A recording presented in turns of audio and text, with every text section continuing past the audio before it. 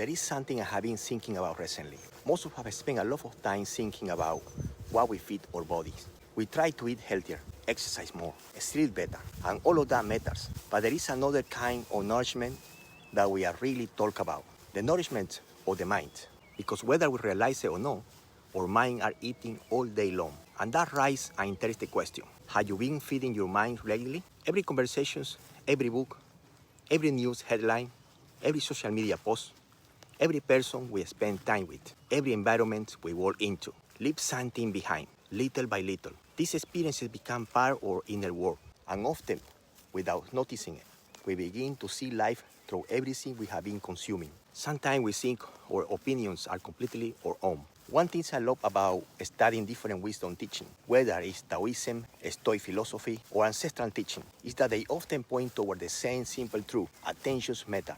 Not because attention is magical, but because attention is directional. Whether we repeatedly pay attention to, it slowly becomes the landscape of our life. It shapes our thoughts, our emotions, our habits, and eventually our character. I sometimes think one of the greatest challenges of modern life is not lack of information, it's the abundance of it. Our attention has become one of the most valuable things in the world. Every app wants it, every headline competes for it, every notification interrupts it.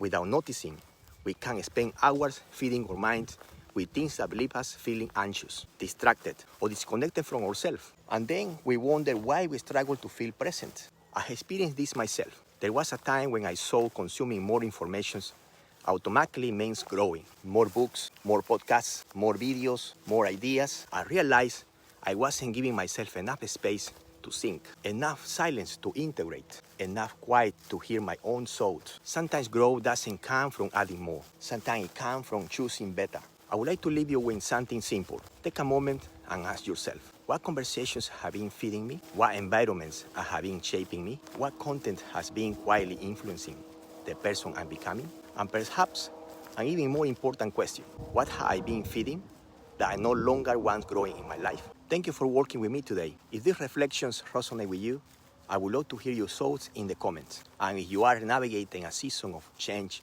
and looking for deeper conversations about conscious living, you are always welcome here.